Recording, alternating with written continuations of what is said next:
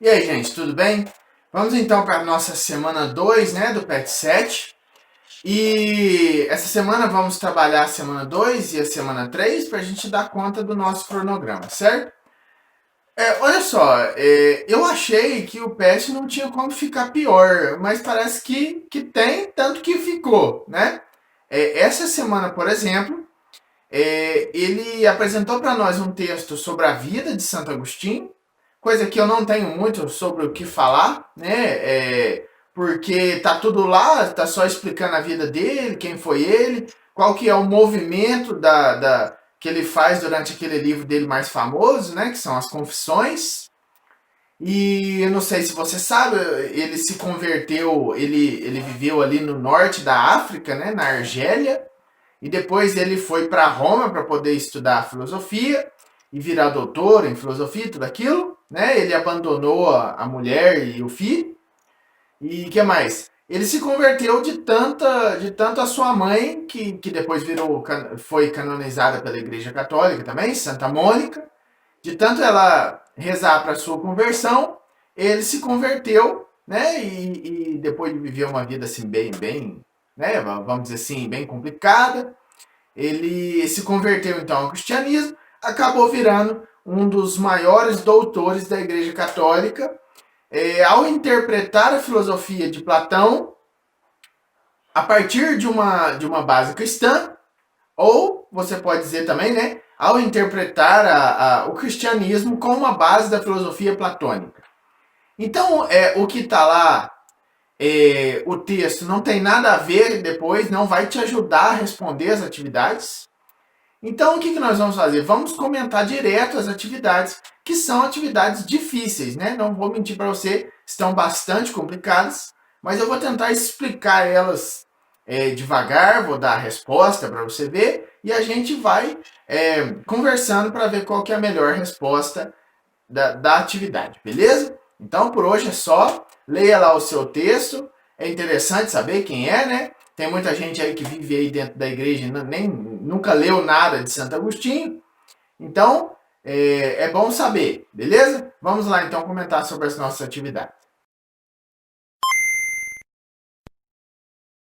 Vamos lá então, gente, comentar aqui, né, das atividades da semana 2 sobre as Confissões de Santo Agostinho. Tá aí então para você um texto bem mal escrito, como eu disse, da vida dele, né? E do que foi esse livro, Confissões, em que ele faz uma série de reflexões filosóficas sobre a Bíblia e sobre a relação que a gente mantém com Deus. E vamos aqui fazer as nossas atividades.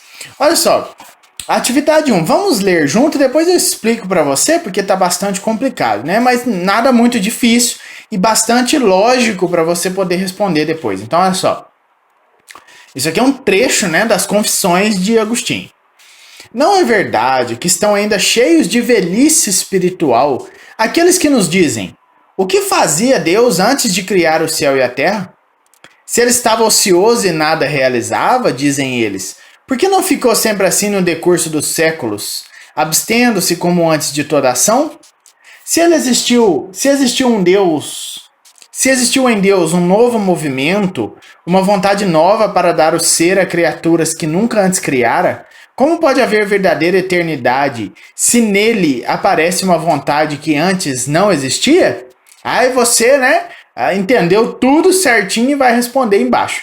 Olha só, o que está querendo dizer nesse texto é que tem muita gente que se pergunta assim: o que Deus fazia antes de criar o que ele criou, né? E se ele estava lá, né, ocioso, quer dizer, se ele não fazia nada, para que ele decidiu então criar, né? Se ele estava bem, porque se ele era Deus, ele estava bem de qualquer jeito, né?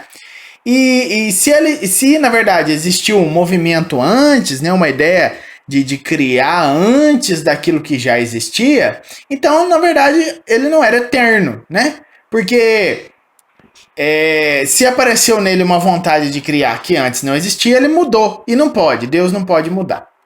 Então o que ele está perguntando aqui? Vamos ver, né? A questão da eternidade, tal como abordada pelo autor, é um exemplo de reflexão filosófica sobre o quê? Nenhuma dessas, né? A não ser a abrangência da compreensão humana. Por quê? Ora, aqui não é uma questão que duvida, né? O que Deus fazia antes de criar o céu e a terra? Cara, se é antes de criar o céu e a terra, imagina de criar você, né? Então, é a questão da abrangência da compreensão humana. Você não tem condições, né, para compreender o que Deus, por que Deus criou e o que ele fazia antes de criar, se é que existe um antes e depois nessa questão, né? Então, a resposta certa aqui é a letra D. Vamos ver a outra questão. Se os nossos adversários, que admitem a existência de uma natureza não criada por Deus, que é o sumo bem, quisessem admitir que essas considerações estão certas, deixariam de proferir tantas blasfêmias, como a de atribuir a Deus tanto a autoria dos bens quanto dos males, pois sendo ele fonte suprema de bondade, nunca poderia ter criado aquilo que é contrário à sua natureza. Então a resposta já está bem aqui, né? Deus é a fonte suprema do que é bom e nunca poderia ter criado aquilo que é contrário à natureza, ou seja, aquilo que é mal. Então a resposta aqui, né, para Agostinho, não se deve atribuir a Deus a origem do mal, porque o surgimento do mal é anterior à existência de Deus. Não é esse argumento. O mal, enquanto princípio ontológico, né, ou seja, o mal como ser, ele independe de Deus também não, porque Deus é o criador de tudo. Deus transforma a matéria, que é por natureza má, não tem nada disso no texto. E por ser bom, Deus não pode criar o que lhe é oposto, o mal. É isso aqui, né? Tá bem claro aqui nessa parte. Sendo ele fonte suprema da bondade, nunca poderia ter criado aquilo que é contrário à sua natureza. Deus, como sendo um ser extremamente bom, não pode fazer nada que é mal. Agora responda para mim. O que esse texto aqui de cima te ajudou para responder essas questões? Nada, né? É quase que o autor do PET pedindo para você colar da internet. Então, muito bem, até a aula que vem na semana 3.